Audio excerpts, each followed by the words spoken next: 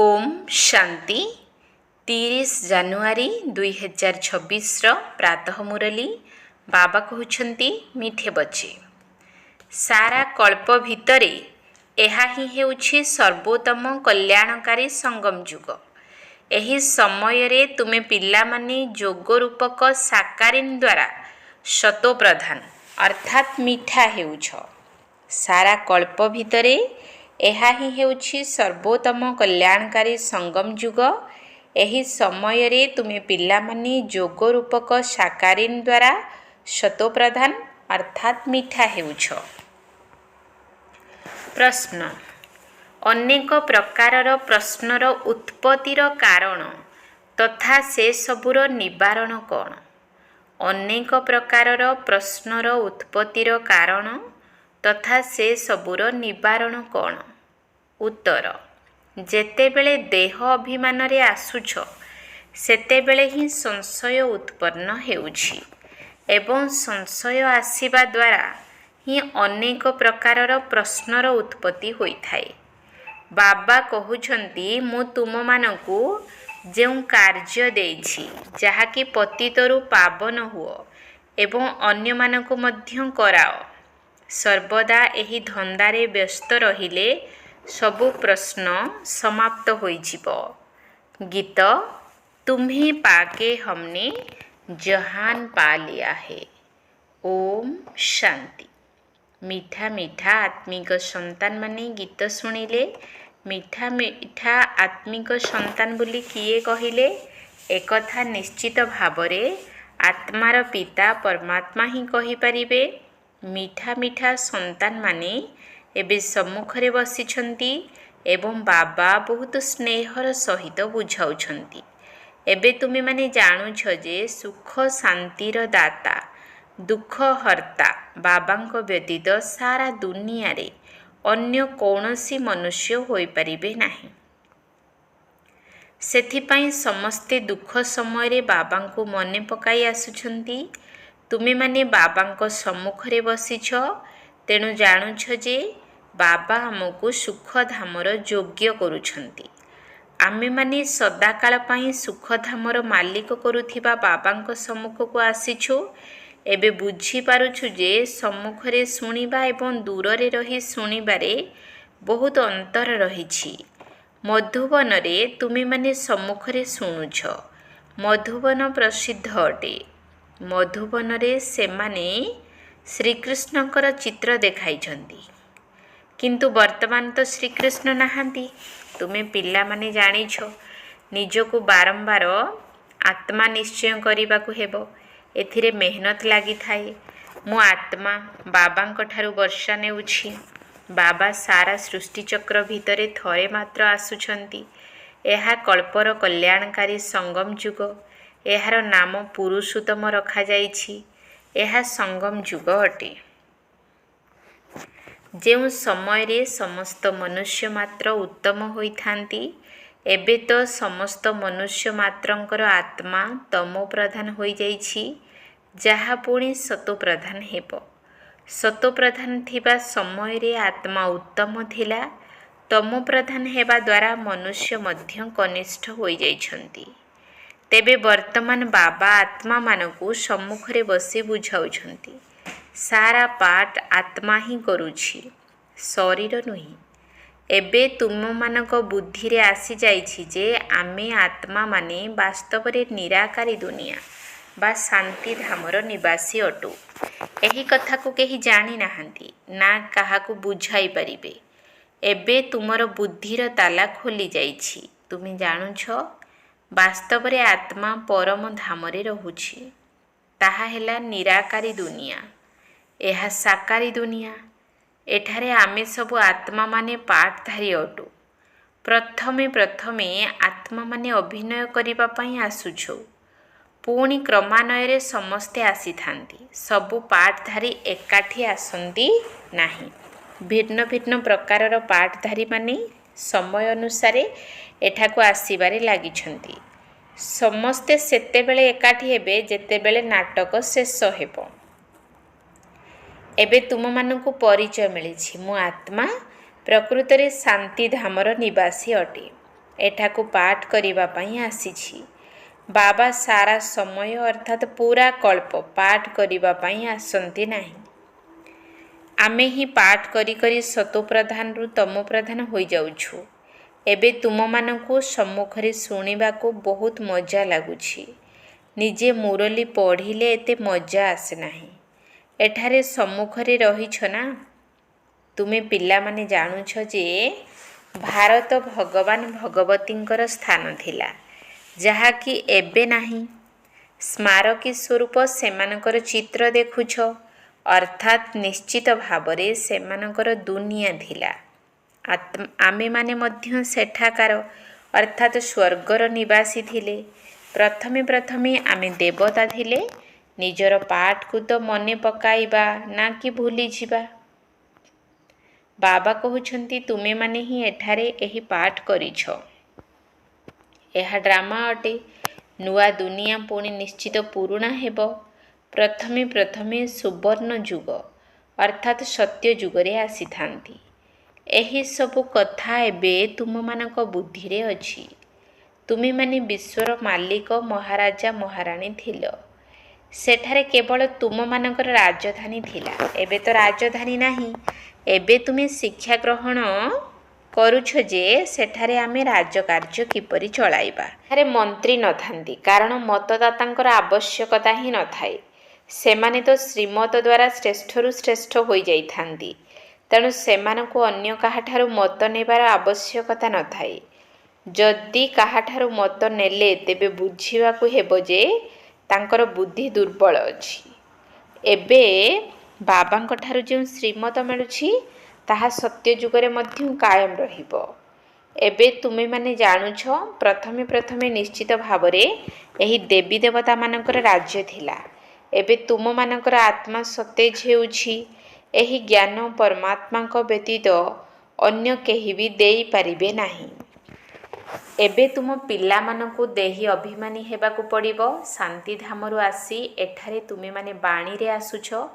କଥାବାର୍ତ୍ତା କରିବା ବିନା କର୍ମ ହୋଇପାରିବ ନାହିଁ। ଏହା ବହୁତ ବୁଝିବାର କଥା। ବାବାଙ୍କ ଭିତରେ ସାରା ସୃଷ୍ଟିର ଜ୍ଞାନ ରହିଛି, ସେମିତି ତୁମ ଆତ୍ମା ଭିତରେ ମଧ୍ୟ ଜ୍ଞାନ ରହିଛି। ଆତ୍ମା କହୁଛି ମୁଁ ଗୋଟିଏ ଶରୀର ଛାଡ଼ି ସଂସ୍କାର ଅନୁସାରେ ପୁଣି ଅନ୍ୟ ଏକ ଶରୀର ଧାରଣ କରୁଛି। ପୁନର୍ଜନ୍ମ ମଧ୍ୟ ନିଶ୍ଚିତ ହୋଇଥାଏ।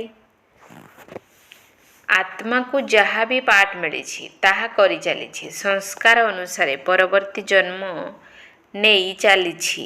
ଆତ୍ମାର ପବିତ୍ରତାର ମାତ୍ରା ଦିନକୁ ଦିନ କମି କମି ଯାଉଛି। ପତିତ ଅକ୍ଷର ଦ୍ୱାପର ଯୁଗଠାରୁ ବ୍ୟବହାର କରାଯାଏ। ତଥାପି ମଧ୍ୟ କିଛିଟା ଫରକ ନିଶ୍ଚିତ ପଡ଼ିଥାଏ।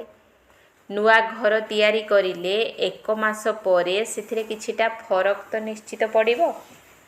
ଏବେ ତୁମେ ପିଲାମାନେ ଜାଣୁଛ ଯେ ବାବା ଆମକୁ ସମ୍ପତ୍ତି ଦେଉଛନ୍ତି। ବାବା କହୁଛନ୍ତି ମୁଁ ଆସିଛି ତୁମମାନଙ୍କୁ ସମ୍ପତ୍ତି ଦେବା ପାଇଁ। ତେବେ ଯିଏ ଯେତେ ପୁରୁଷାର୍ଥ କରିବ ସେତେ ଉଚ୍ଚ ପଦ ପାଇବ। ବାବାଙ୍କ ପାଖରେ କୌଣସି ପ୍ରଭେଦ ନାହିଁ। ବାବା ଜାଣିଛନ୍ତି ମୁଁ ଆତ୍ମାମାନଙ୍କୁ ପାଠ ପଢ଼ାଉଛି। ବାବାଙ୍କଠାରୁ ସମ୍ପତ୍ତି ନେବାର ହକ୍ ଆତ୍ମାମାନଙ୍କର ଅଛି। ଏଥିରେ ପୁରୁଷ ସ୍ତ୍ରୀର ଦୃଷ୍ଟି ନାହିଁ। ତୁମେମାନେ ସମସ୍ତେ ସନ୍ତାନ ଅଟ। ଏବେ ବାବାଙ୍କଠାରୁ ବର୍ଷା ନେଉଛ। ଆତ୍ମାମାନେ ପରସ୍ପର ଭାଇ ଭାଇ ଅଟନ୍ତି। ଯାହାଙ୍କୁ ବାବା ପାଠ ପଢ଼ାଉଛନ୍ତି, ବର୍ଷା ଦେଉଛନ୍ତି। ବାବା ହିଁ ଆତ୍ମିକ ସନ୍ତାନମାନଙ୍କ ସହିତ କଥାବାର୍ତ୍ତା ହେଉଛନ୍ତି। ହେ ମୋର ଗେହ୍ଲା ମିଠା ଶିକିଲଧେ ସନ୍ତାନମାନେ, ତୁମେମାନେ ବହୁତ ସମୟ ହେବ ଅଭିନୟ କରି କରି ଏବେ ପୁନର୍ବାର ଆସି ମୋ ସହିତ ମିଶୁଛ ନିଜର ସମ୍ପତ୍ତି ନେବା ପାଇଁ। ଏହା ମଧ୍ୟ ଡ୍ରାମାରେ ନିର୍ଦ୍ଧାର୍ଯ୍ୟ ଅଛି। ତୁମମାନଙ୍କର ଆରମ୍ଭରୁ ଶେଷ ପର୍ଯ୍ୟନ୍ତ ପାଠ ନିର୍ଦ୍ଧାର୍ଯ୍ୟ ହୋଇ ରହିଛି। ତୁମେ ଅଭିନେତାମାନେ ଅଭିନୟ କରିଚାଲିଛ। ଆତ୍ମା ଅବିନାଶୀ, ତା ଭିତରେ ଅବିନାଶୀ ପାଠ ନିର୍ଦ୍ଧାର୍ଯ୍ୟ ହୋଇ ରହିଛି। ଶରୀର ତ ବଦଳି ଚାଲିଛି, ବାକି ଆତ୍ମା ପବିତ୍ରରୁ ଅପବିତ୍ର ହେଉଛି। ସତ୍ୟ ଯୁଗରେ ଆତ୍ମା ପବିତ୍ର ଥିଲା, ଏବେ ପତିତ ହୋଇଯାଇଛି। ଏହାକୁ କୁହାଯାଏ ପତିତ ଦୁନିଆ। ଯେତେବେଳେ ଦେବତାମାନଙ୍କର ରାଜ୍ୟ ଥିଲା ସେତେବେଳେ ନିର୍ବିକାରୀ ଦୁନିଆ ଥିଲା, ଯାହାକି ଏବେ ନାହିଁ। ଏହା ମଧ୍ୟ ଏକ ଖେଳ ଅଟେ ନା। ନୂଆ ଦୁନିଆରୁ ପୁରୁଣା ଦୁନିଆ, ପୁରୁଣା ଦୁନିଆରୁ ପୁଣି ନୂଆ ଦୁନିଆ, ଏବେ ସୁଖଧାମର ସ୍ଥାପନା ହେଉଛି। ବାକି ସବୁ ଆତ୍ମାମାନେ ମୁକ୍ତିଧାମରେ ରହିବେ। ଏବେ ଏହି ବେହଦର ନାଟକ ଶେଷ ହେବାକୁ ଯାଉଛି। ସବୁ ଆତ୍ମାମାନେ ମଶା ମାଛି ସଦୃଶ ଘରକୁ ଫେରିଯିବେ। ଏହି ସମୟରେ କେହି ବି ଆତ୍ମା ଯଦି ପରମ ଧାମରୁ ଆସୁଛି ତେବେ ତା'ର କି ମୂଲ୍ୟ ହେବ? ମୂଲ୍ୟ ସେମାନଙ୍କର ରହିଛି ଯେଉଁମାନେ ପ୍ରଥମେ ନୂଆ ଦୁନିଆରେ ଆସୁଛନ୍ତି। ତୁମେମାନେ ଜାଣିଛ ଯେଉଁ ନୂଆ ଦୁନିଆ ଥିଲା ତାହା ଏବେ ପୁରୁଣା ହୋଇଯାଇଛି। ନୂଆ ଦୁନିଆରେ ଆମେ ଦେବୀ ଦେବତା ଥିଲେ, ସେଠାରେ ଦୁଃଖର ନାମଗନ୍ଧ ନଥିଲା। ଏଠାରେ ତ ଅସରନ୍ତି ଦୁଃଖ ରହିଛି। ସେଥିପାଇଁ ବାବା ଆସି ଦୁଃଖର ଦୁନିଆରୁ ମୁକ୍ତ କରୁଛନ୍ତି। ଏହି ପୁରୁଣା ଦୁନିଆ ବଦଳିବ ନିଶ୍ଚିତ। ତୁମେମାନେ ବୁଝୁଛ ଯେ ଆମେ ନିଶ୍ଚିତ ସତ୍ୟ ଯୁଗର ମାଲିକ ଥିଲେ, ପୁଣି 84 ଜନ୍ମ ପରେ ଏହିପରି ହୋଇଯାଇଛୁ। ଏବେ ପୁଣି ବାବା କହୁଛନ୍ତି ମୋତେ ସ୍ମରଣ କରିଲେ ତୁମେମାନେ ପୁଣି ସ୍ୱର୍ଗର ମାଲିକ ହୋଇଯିବ। ତେଣୁ ଆମେ କାହିଁକି ନିଜକୁ ଆତ୍ମା ଭାବି ବାବାଙ୍କୁ ସ୍ମରଣ ନ କରିବା? କିଛି ତ ପରିଶ୍ରମ କରିବାକୁ ପଡ଼ିବ ନା। ରାଜ୍ୟପଦ ପାଇବା କ'ଣ ସହଜ କଥା କି? ତେଣୁ ବାବାଙ୍କୁ ସ୍ମରଣ କରିବାକୁ ହେବ। ଏହା ମଧ୍ୟ ମାୟାର ଚମତ୍କାରୀ ଅଟେ ଯାହାକି ବାରମ୍ବାର ତୁମକୁ ଭୁଲାଇ ଦେଉଛି। ସେଥିପାଇଁ ଉପାୟ ବାହାର କରିବା ଦରକାର। ଏମିତି ନୁହେଁ ଯେ ମୋର ହୋଇଗଲେ ଯୋଗ ଲାଗିଯିବ। ତେବେ ପୁରୁଷାର୍ଥ କରିବା କ'ଣ ଦରକାର? ନା, ଯେ ପର୍ଯ୍ୟନ୍ତ ବଞ୍ଚିଛ ସେ ପର୍ଯ୍ୟନ୍ତ ପୁରୁଷାର୍ଥ କରିବାକୁ ହେବ। ଜ୍ଞାନ ଅମୃତ ପାନ କରିବାକୁ ହେବ। ଏକଥା ମଧ୍ୟ ଜାଣିଛ ଯେ ଏହା ଆମର ଅନ୍ତିମ ଜନ୍ମ। ତେଣୁ ଏହି ଶରୀରର ସ୍ମୃତିକୁ ଭୁଲି ଦେହୀ ଅଭିମାନୀ ହେବାକୁ ପଡ଼ିବ। ଘର ଗୃହସ୍ଥରେ ମଧ୍ୟ ରହିବାକୁ ହେବ, କିନ୍ତୁ ପୁରୁଷାର୍ଥ ନିଶ୍ଚିତ କରିବାକୁ ହେବ।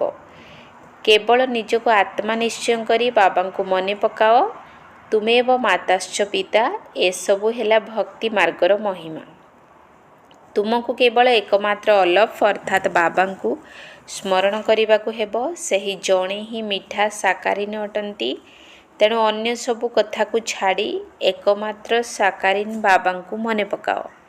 ଏବେ ତୁମମାନଙ୍କର ଆତ୍ମା ତମୋ ପ୍ରଧାନ ହୋଇଯାଇଛି।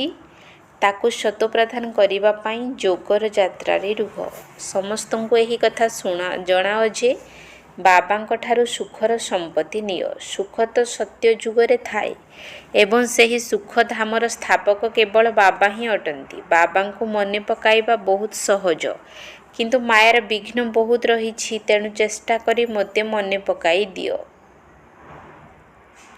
ତେବେ ଖାଦ୍ୟ ଅର୍ଥାତ୍ ବିକାର ବାହାରି ଯିବ। ଗାୟନ ରହିଛି ଗୋଟିଏ ସେକେଣ୍ଡରେ ଜୀବନ ମୁକ୍ତି। ଆମେ ଆତ୍ମାମାନେ ଆତ୍ମିକ ବାବାଙ୍କର ସନ୍ତାନ, ସେଠାକାର ନିବାସୀ ଅଟୁ। ପୁଣି ଆମକୁ ନିଜର ପାଠ ପୁନରାବୃତ୍ତି କରିବାକୁ ହେବ। ଏହି ଡ୍ରାମା ଭିତରେ ସବୁଠାରୁ ଅଧିକ ପାଠ ଆମର ରହିଛି। ସୁଖ ମଧ୍ୟ ସବୁଠାରୁ ଅଧିକ ଆମକୁ ମିଳିବ। ବାବା କହୁଛନ୍ତି ତୁମର ଦେବୀ ଦେବତା ଧର୍ମ ବହୁତ ସୁଖଦାୟୀ। ବାକି ସମସ୍ତେ ଶାନ୍ତିଧାମକୁ ଅଟୋମେଟିକ୍ ଅର୍ଥାତ୍ ଆପେ ଆପେ ନିଜର ହିସାବ କିତାବ ଯୁକ୍ତ କରି ଚାଲିଯିବେ। ଏହାର ଅଧିକ ବିସ୍ତାରକୁ ଆମେ କାହିଁକି ଯିବା? ବାବା କେବଳ ଆସୁଛନ୍ତି ସମସ୍ତଙ୍କୁ ଘରକୁ ଫେରାଇ ନେବା ପାଇଁ। ଅନ୍ତିମ ସମୟରେ ମଶା ସଦୃଶ ସମସ୍ତଙ୍କୁ ନେଇଯାଉଛନ୍ତି। ସତ୍ୟଯୁଗରେ ବହୁତ ଅଳ୍ପ ସଂଖ୍ୟକ ମନୁଷ୍ୟ ଥାନ୍ତି। ଏସବୁ ଡ୍ରାମାରେ ନିର୍ଦ୍ଧାର୍ଯ୍ୟ ଅଛି। ଶରୀର ସବୁ ନଷ୍ଟ ହୋଇଯିବ। ଆତ୍ମା ଯିଏକି ଅବିନାଶୀ ଅଟେ, ସିଏ ନିଜର କର୍ମର ସବୁ ହିସାବ କିତାବ ଯୁକ୍ତ କରି ଘରକୁ ଚାଲିଯିବ। ଏମିତି ନୁହେଁ ଯେ ଆତ୍ମା ନିଆଁରେ ପଡ଼ିଗଲେ ପବିତ୍ର ହୋଇଯିବ। ଆତ୍ମାକୁ ତ ଯୋଗ ଅଗ୍ନି ଦ୍ୱାରା ହିଁ ପବିତ୍ର ହେବାକୁ ପଡ଼ିବ। ଏହା ଯୋଗାଗ୍ନି ଅଟେ। କିନ୍ତୁ ଦୁନିଆରେ ନାଟକ ତିଆରି କରୁଛନ୍ତି ଯେ ସୀତା ଅଗ୍ନି ପରୀକ୍ଷା ଦେଇଥିଲେ। ଅଗ୍ନି ଦ୍ୱାରା କ'ଣ ପବିତ୍ର ହୋଇପାରିବ? ବାବା ବୁଝାଉଛନ୍ତି ତୁମେ ସବୁ ଆତ୍ମା ରୂପୀ ସୀତାମାନେ ବର୍ତ୍ତମାନ ପତିତ ଅଟ। ରାବଣର ରାଜ୍ୟରେ ଅଛ। ଏବେ ଏକମାତ୍ର ବାବାଙ୍କ ସ୍ମୃତି ଦ୍ୱାରା ତୁମକୁ ପବିତ୍ର ହେବାକୁ ପଡ଼ିବ। ରାମ କେବଳ ସେହି ଜଣେ ହିଁ ଅଟନ୍ତି। ଅଗ୍ନି ଅକ୍ଷର ଶୁଣିଲେ ଭାବୁଛନ୍ତି ଯେ ସୀତା ନିଆଁ ପାରି ହୋଇଥିଲେ। କେଉଁଠି ଯୋଗ ରୂପୀ ଅଗ୍ନି, କେଉଁଠି ଏହି ନିଆଁ। ଆତ୍ମା ପରମପିତା ପରମାତ୍ମାଙ୍କ ସହିତ ଯୋଗ ରଖିଲେ ହିଁ ପତିତରୁ ପାବନ ହୋଇପାରିବ। ତେବେ ଏଥିରେ ରାତି ଦିନର ଫରକ ରହିଛି ନା। ଏହି ନର୍କ ଦୁନିଆରେ ସବୁ ଆତ୍ମା ରୂପୀ ସୀତାମାନେ ରାବଣର ଜେଲରେ ଶୋକ ବାଟିକାରେ ଅଛନ୍ତି। ଏଠାକାର ସୁଖକୁ ତ କାକବିଷ୍ଠ ସହିତ ତୁଳନା କରାଯାଇଛି। ସ୍ୱର୍ଗରେ ଅସରନ୍ତି ସୁଖ ରହିଛି। ତୁମ ଆତ୍ମାମାନଙ୍କର ଏବେ ଶିବ ସାଜନଙ୍କ ସହିତ ନିର୍ବନ୍ଧ ହୋଇଯାଇଛି। ତେଣୁ ଆତ୍ମା ଫିମେଲ୍ ଅର୍ଥାତ୍ ସ୍ତ୍ରୀ ହେଲା ନା। ଶିବ ବାବା କହୁଛନ୍ତି କେବଳ ମୋତେ ମନେ ପକାଅ, ତେବେ ତୁମେମାନେ ପବିତ୍ର ହୋଇଯିବ। ତୁମ ଆତ୍ମାମାନଙ୍କର ଏବେ ଶିବ ସାଜନଙ୍କ ସହିତ ନିର୍ବନ୍ଧ ହୋଇଯାଇଛି। ତେଣୁ ଆତ୍ମା ଫିମେଲ୍ ଅର୍ଥାତ୍ ସ୍ତ୍ରୀ ହେଲା ନା। ଶିବ ବାବା କହୁଛନ୍ତି କେବଳ ମୋତେ ମନେ ପକାଅ, ତେବେ ତୁମେମାନେ ପବିତ୍ର ହୋଇଯିବ। ଶାନ୍ତି ଧାମକୁ ଯାଇ ପୁଣି ସୁଖ ଧାମକୁ ଆସିଯିବ। ସେଥିପାଇଁ ଏବେ ପିଲାମାନଙ୍କୁ ଜ୍ଞାନ ରତ୍ନରେ ନିଜର ଝୁଲାମୁଣିକୁ ଭରିବା ଦରକାର।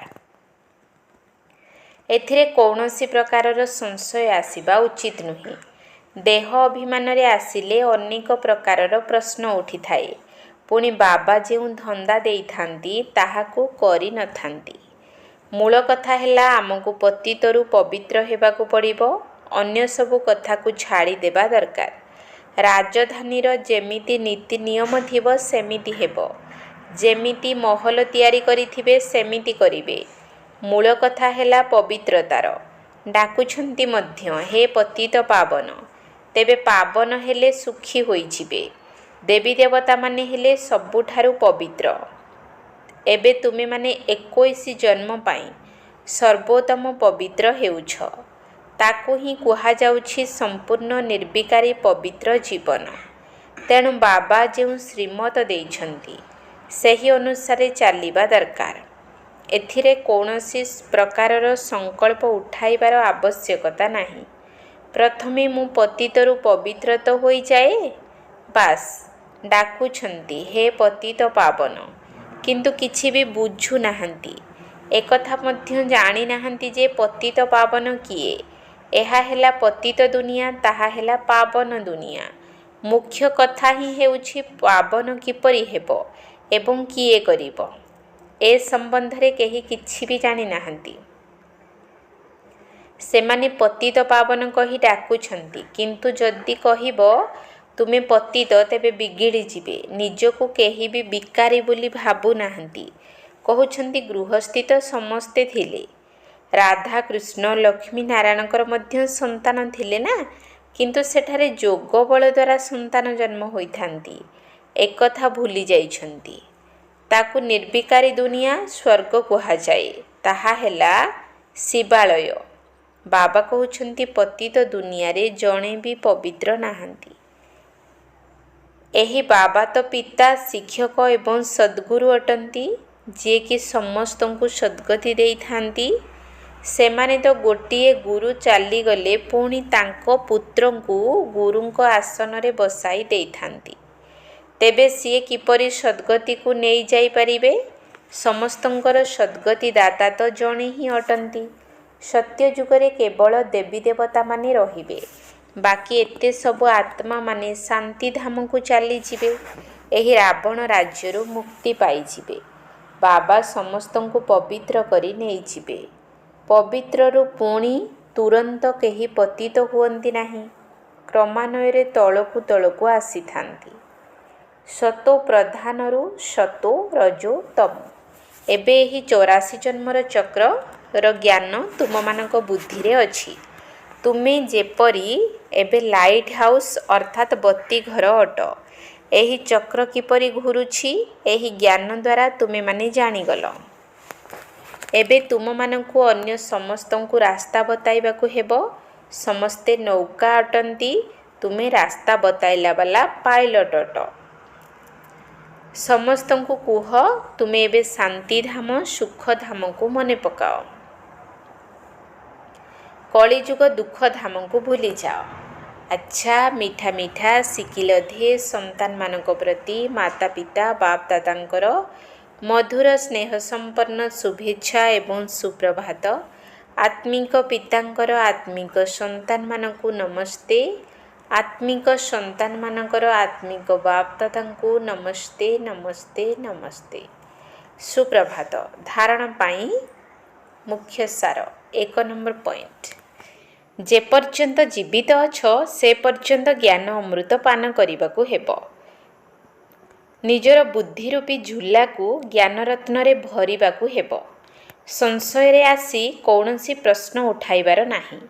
ଯେ ପର୍ଯ୍ୟନ୍ତ ଜୀବିତ ଅଛ ସେ ପର୍ଯ୍ୟନ୍ତ ଜ୍ଞାନ ଅମୃତ ପାନ କରିବାକୁ ହେବ। ନିଜର ବୁଦ୍ଧିରୂପୀ ଝୁଲାକୁ ଜ୍ଞାନରତ୍ନରେ ଭରିବାକୁ ହେବ। ସଂଶୟରେ ଆସି କୌଣସି ପ୍ରଶ୍ନ ଉଠାଇବାର ନାହିଁ। 2 ନମ୍ବର ପଏଣ୍ଟ। ଯୋଗ ଅଗ୍ନି ଦ୍ୱାରା ଆତ୍ମାରୂପୀ ସୀତାକୁ ପାବନ କରିବାକୁ ହେବ। କୌଣସି କଥାରେ ଅଧିକ ବିସ୍ତାରକୁ ନ ଯାଇ ଦେହୀ ଅଭିମାନୀ ହେବାର ପରିଶ୍ରମ କରିବାକୁ ହେବ। ଶାନ୍ତିଧାମ ଏବଂ ସୁଖଧାମକୁ ମନେ ପକାଇବାକୁ ହେବ। ଯୋଗ ଅଗ୍ନି ଦ୍ୱାରା ଆତ୍ମାରୂପୀ ସୀତାକୁ ପାବନ କରିବାକୁ ହେବ। କୌଣସି କଥାରେ ଅଧିକ ବିସ୍ତାରକୁ ନ ଯାଇ ଦେହୀ ଅଭିମାନୀ ହେବାର ପରିଶ୍ରମ କରିବାକୁ ହେବ। ଶାନ୍ତିଧାମ ଏବଂ ସୁଖଧାମକୁ ମନେ ପକାଇବାକୁ ହେବ। ବରଦାନ। ସର୍ବଦା ଜ୍ଞାନର ମନନ ଦ୍ୱାରା ମଗନ ଅବସ୍ଥାର ସାଗରରେ ବୁଡ଼ି ରହିବାର ଅନୁଭବ କରୁଥିବା ଅନୁଭବୀ ମୂରତ ଭବ। ସର୍ବଦା ଜ୍ଞାନର ମନନ ଦ୍ୱାରା ମଗନ ଅବସ୍ଥାର ସାଗରରେ ବୁଡ଼ି ରହିବାର ଅନୁଭବ କରୁଥିବା ଅନୁଭବୀ ମୂରତ ଭବ। ଅନୁଭବକୁ ବଢ଼ାଇବାର ଆଧାର ହେଲା ମନନ ଶକ୍ତି। ମନନ କରୁଥିବା ଆତ୍ମା ସ୍ୱତଃ ହିଁ ମଗନ ଅବସ୍ଥାରେ ରହିଥାଏ ଏବଂ ମଗନ ଅବସ୍ଥାରେ ଯୋଗ ଲଗାଇବା ପାଇଁ ପଡ଼ିନଥାଏ, କିନ୍ତୁ ନିରନ୍ତର ଯୋଗ ଲାଗି ରହିଥାଏ। ମେହନତ କରିବାକୁ ପଡ଼ିନଥାଏ। ତେବେ ମଗନର ଅର୍ଥ ହେଲା ସ୍ନେହର ସାଗରରେ ଏକାକାର ହୋଇଯିବା, ଯାହାକି କେହି ଅଲଗା କରିପାରିବ ନାହିଁ। ତେଣୁ ମେହନତ କରିବାରୁ ମୁକ୍ତ ହୁଅ, ସାଗରର ସନ୍ତାନ ଅଟ। ତେଣୁ ଅନୁଭବର ପୋଖରୀରେ ବୁଡ଼ ପକାଅ ନାହିଁ, କିନ୍ତୁ ସାଗର ସହିତ ଏକାକାର ହୋଇଯାଅ। ତେବେ କୁହାଯିବ ଅନୁଭବୀ ମୂରତ। ସ୍ଲୋଗାନ। ଜ୍ଞାନ ସ୍ୱରୂପ ଆତ୍ମା ତାଙ୍କୁ କୁହାଯିବ ଯାହାଙ୍କର ପ୍ରତିଟି ସଂକଳ୍ପ ପ୍ରତିଟି ମୁହୂର୍ତ୍ତ ସମର୍ଥ ଅଟେ। ଜ୍ଞାନ ସ୍ୱରୂପ ଆତ୍ମା ତାଙ୍କୁ କୁହାଯିବ ଯାହାଙ୍କର ପ୍ରତିଟି ସଂକଳ୍ପ ପ୍ରତିଟି ମୁହୂର୍ତ୍ତ ସମର୍ଥ ଅଟେ। ଅବ୍ୟକ୍ତ ଇସାରା। ଏହି ଅବ୍ୟକ୍ତି ମାସରେ ବନ୍ଧନମୁକ୍ତ ହୋଇ ଜୀବନମୁକ୍ତ ସ୍ଥିତିର ଅନୁଭବ କର। ଯଦି କୌଣସି ବି ସ୍ୱଭାବ, ସଂସ୍କାର, ବ୍ୟକ୍ତି ଅଥବା ବୈଭବର ବନ୍ଧନ ନିଜ ଆଡ଼କୁ ଆକର୍ଷିତ କରୁଛି, ତେବେ ବାବାଙ୍କର ସ୍ମୃତିର ଆକର୍ଷଣ ସର୍ବଦା ରହିପାରିବ ନାହିଁ। ତେବେ କର୍ମାତୀତ ହେବା ଅର୍ଥ ହେଲା ସମସ୍ତ କର୍ମବନ୍ଧନରୁ ମୁକ୍ତ ବା ନିଆରା ହୋଇ ପ୍ରକୃତି ଦ୍ୱାରା ନିମିତ୍ତ ମାତ୍ର କର୍ମ କରାଇବା। ତେଣୁ ଏହିଭଳି ନିଆରା ହେବାର ପୁରୁଷାର୍ଥ ବାରମ୍ବାର କରୁଥାଅ। ସହଜରେ ଏବଂ ସ୍ୱତଃ ଭାବରେ ଏହି ଅନୁଭୂତି ହେଉ ଯେ କର୍ମ କରିବା ବାଲା କର୍ମେନ୍ଦ୍ରିୟ ଗୁଡ଼ିକ ଏବଂ କରାଇବା ବାଲା ଆତ୍ମା ଦୁହେଁ ଅଲଗା ହିଁ ଅଟନ୍ତି। ଓମ୍ ଶାନ୍ତି।